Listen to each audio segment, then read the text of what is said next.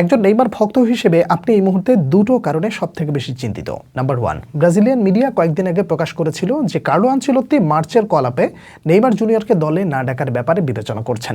Number 2, Brazil বস Carlo Ancelotti ইতোমধ্যে 18 জনকে নিশ্চিত করে ফেলেছেন যাদেরকে নিয়ে বিশ্বকাপে যাবেন তিনি। তাহলে বাকি আছে আরও 8টা স্লট। এই 8টা স্লটে নেইমার জুনিয়রকে আসবে কিনা বা তাকে আসলেই দলে বিবেচনা করা হবে কিনা, এই দুটো বিষয়ে একটু বিস্তারিত আলোচনা করব।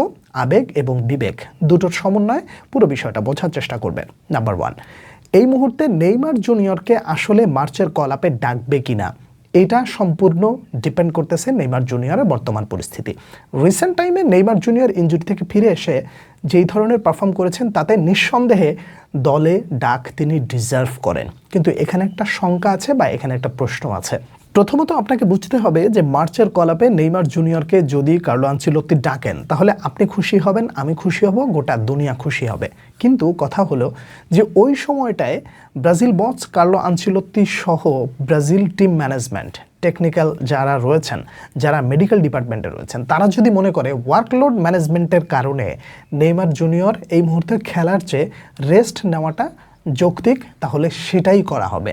কিন্তু অবশ্যই সেই ব্যাপারটা তার সঙ্গে আলোচনা করে নিলেই বোধহয় ভালো হয়। কিন্তু সমস্যাটা হলো যে এই মুহূর্তে নেইমার জুনিয়র যেই ধরনের পারফর্ম করছে তারপরে যদি তাকে ব্রাজিল জাতীয় দলে ডাকা না হয়, অর্থাৎ মার্চের কল আপে, তখন বিষয়টা কি হবে জানেন? যে ব্রাজিলিয়ান সংবাদ মাধ্যম এবং বাংলাদেশি মিডিয়া বলেন, বিশ্ব মিডিয়া বলেন, কার্লো আনচেলত্তিকে ভিলেন বানানো শুরু করবে। কিন্তু আমার আপনার উচিত বা নেইমার ভক্তদের উচিত, ব্রাজিল ভক্তদের উচিত যে কার্লো আনচেলত্তিকে এই মুহূর্তে ভিলেন না বানানো।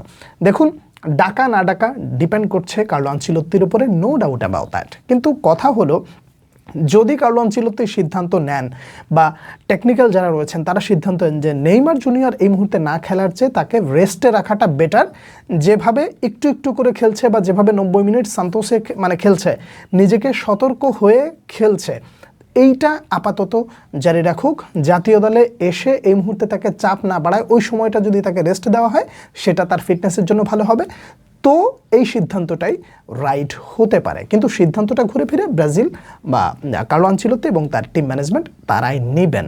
কিন্তু সমস্যাটা বেঁধে যায় ওই জায়গায় যে যখন তার নামটা আমরা না দেখি তখন আসলে আমার খারাপ লাগে, আপনারও খারাপ লাগে, সবার খারাপ লাগবে, এটা খুব স্বাভাবিক ব্যাপার। কিন্তু অনুরোধের জায়গা এইটাই যে পরিস্থিতি কি হয় সেটা বোঝায় তারপরে আসলে মন খারাপ করা বা মন ভালো করা যেটাই হোক না কেন সেটা করা যেতে পারে। ব্যক্তিগত ওপিনিয়ন যদি জানতে চান তাহলে বলবো যে মার্চের যে কল আপ, এই কল আপে নেইমার জুনিয়রকে ডাকলে অবশ্যই খুশি হব, যদি না ডাকেন মন খারাপ করব না, বা যতটুকু মন খারাপ হবে সেটা প্রকাশও করব না, আমি ব্যক্তিগতভাবে মনে করছি।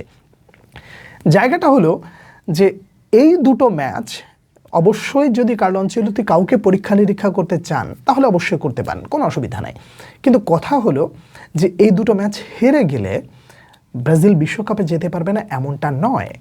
এমন নয় যে এই দুই ম্যাচ জিততেই হবে, না জিতলে বিশ্বকাপে যাওয়া যাবে না, এমনটাও কিন্তু নয়। যেহেতু ফ্রেন্ডলি ম্যাচ, চাপ না নিয়ে মোটামুটি ধীর স্থিরভাবে সামনের দিকে এগোতে যদি কার্লো আনচেলত্তি চান তাহলে কোনো অসুবিধা নাই, আমি তাকে সমর্থন করব। কিন্তু আমার কথা হলো নেইমার যদি আসতে চান এবং তাকে যদি সরায় রাখা হয় তাহলে সেটা অবশ্যই হবে দুঃখজনক একটা ব্যাপার। কিন্তু নেইমারকে যদি না রাখা হয় তাহলে সেটা যদি তার সাথে আলোচনা করে হয় এবং কার্লো আনচেলত্তি যদি মেনশন করেই বলেন যে তাকে দলে না রাখার ব্যাপারে আমরা তার সাথে আলোচনা করে নিয়েছি, তাহলে তিনি আর ভিলেন হবেন না, আমার আপনার মন খারাপ হওয়ার কারণটাও বাড়বে না। হ্যাঁ, নিশ্চয়ই এটা কোনো বলার অবকাশ রাখে না যে নেইমার জুনিয়রকে ব্রাজিলের জার্সি গায়ে মাঠে দেখার জন্য আপনি আমি অধীর আগ্রহে অপেক্ষা করছি। দেখুন, কার্লো আনচেলত্তি আসলে যেই লেভেলের কোচ, যেই মানের কোচ, তিনি নেইমারের মতন একটা প্রতিভাকে ইগনোর করবেন এটা বিশ্বাসযোগ্য নয়। এটা আমি আপনি বিশ্বাস করি না, আমি পার্সোনালি করি না, আপনি যদি করেন করতে পারেন। তো সেই জায়গায় নেইমার জুনিয়র অর্ধেক ফিট থাকলেও তিনি বিশ্বকাপে যাবেন এটা আমি ব্যক্তিগতভাবে মনে করি। মার্চের কল আপে ফ্রান্স এবং ক্রোয়েশিয়ার বিপক্ষে যে ম্যাচ দুটো রয়েছে, এই ম্যাচ দুটোতে নেইমার জুনিয়র না থাকলে যদি সেটা তার জন্য ভালো হয় সেই সিদ্ধান্তটা কার্লো আনচেলত্তি নিক। এই জায়গায় আমি আপনি আসলে কিছু বললেও হবে না। মন খারাপ না করা বা মিডিয়ার প্রোপাগান্ডার উপরে আসলে এই ধরনের প্রোপাগান্ডা দেখে মন খারাপ না করার জন্য অনুরোধ থাকবে। নাম্বার 2, যেই 18 জনকে সিলেক্ট করেছে সেই 18 জন কি নিশ্চিত আপনাকে যদি প্রশ্ন করি, ধরে নেন এই মুহূর্তে 18-20 জনের একটা তালিকা কার্লো আনচেলত্তি রেডি করেছেন, মিডিয়ার থ্রুতে যেটা জানতে পারলাম। সে মানে তারা কারা? তারা এই মুহূর্তে যারা ইউরোপে টপ নচ পারফর্ম করছে তারাই তো হবে, এটা খুব স্বাভাবিক জিনিস। কিন্তু কথা হলো এই 20 জন কি নিশ্চিত? আপনি এটা বলতে পারবেন, আমি বলতে পারবো, বিশ্বের কোনো মিডিয়া বলতে পারবে যে এটা নিশ্চিত না। তার কারণ হলো এখনও অনেক পথ বাকি, অনেক সময় বাকি। তার মানে হলো চ্যাম্পিয়ন্স লিগের ফাইনালটা না হওয়ার আগ পর্যন্ত আপনি, আমি বা দুনিয়ার কেউ এই মুহূর্তে নিশ্চিত করা যাবে না। তার কারণ সিজনের এই যে সময়টা আমরা অতিবাহিত করছি একদম লিস্টেড। আমরা জানি যে অ্যালিসন বেকারকে রাখা হচ্ছে, আমরা জানি মিলিতাওকে রাখা হতে পারে, আমরা জানি ব্রুনো গিমারাইস থেকে নিয়ে শুরু করে ভিনিসিয়াস, রদ্রিগো, রাফিনহা এদেরকে রাখা হবে, এস্তেভাওকে রাখা হবে। আমরা জানি যে এরা মোটামুটি ডাক পাচ্ছেন বা বিশ্বকাপে যাচ্ছেন। কিন্তু এমন একটা ইনজুরি যদি এসে যায় যেই জায়গায় আসলে তার আর বিশ্বকাপ খেলার স্বপ্নটা শেষ হয়ে গেল, তখন আসলে আপনি কি করবেন?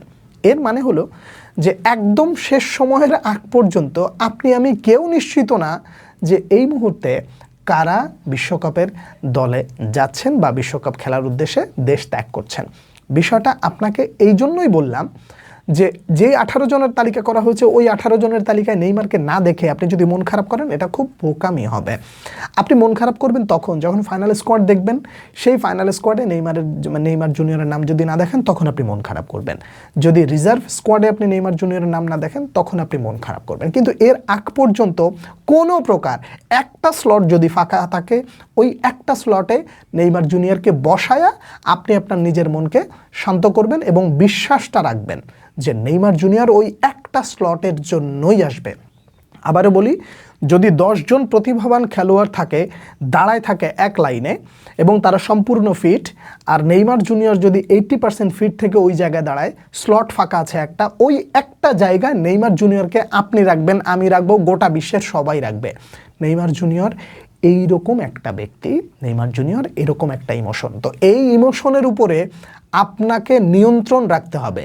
বারবার বলি, আগেও বলেছি, আরও একবার মনে করিয়ে দেই, আবেগের বেগ বড়ই মারাত্মক। দয়া করে মিডিয়ার প্রেশার, কার্লো আনচেলত্তিকে ভিলেন বানানো, এইটা করা সেইটা করা, এই ধরনের কোনো একটা কিছুর উপরে আপনি দয়া করে মন খারাপ করে নিজেকে কষ্ট না দেওয়ার জন্য অনুরোধ করব। নেইমার জুনিয়রের ইনজুরি আমাদেরকে অনেক কষ্ট দিয়েছে, আমরা নতুন করে আর কষ্ট পেতে চাই না। আমরা শুধু বলবো যে নেইমার জুনিয়র ফিট থাকলে অবশ্যই তিনি আসবেন। সর্বশেষ তথ্য অনুযায়ী কার্লো আনচেলত্তি নেইমার জুনিয়রের সাথে এই ব্যাপারটা নিয়ে আবারও বসবেন, কথা বলবেন এবং বিবেচনা করবেন যে কোনটা আসলে রাইট ডিসিশন। আশা করব কার্লো আনচেলত্তি যেন সেই ডিসিশনগুলো আমাদের সামনে প্রকাশ করে। এই পুরো বিষয়ের উপরে আমি যা মনে করছি সেটাই আমি আপনার সামনে তুলে ধরলাম। আপনারা কে কী মনে করছেন জানাবেন। পরবর্তী ভিডিওতে আবার আপনাদের সঙ্গে দেখা হচ্ছে, কথা হচ্ছে। সেই পর্যন্ত অনেক অনেক ভালো থাকবেন। আল্লাহ হাফেজ।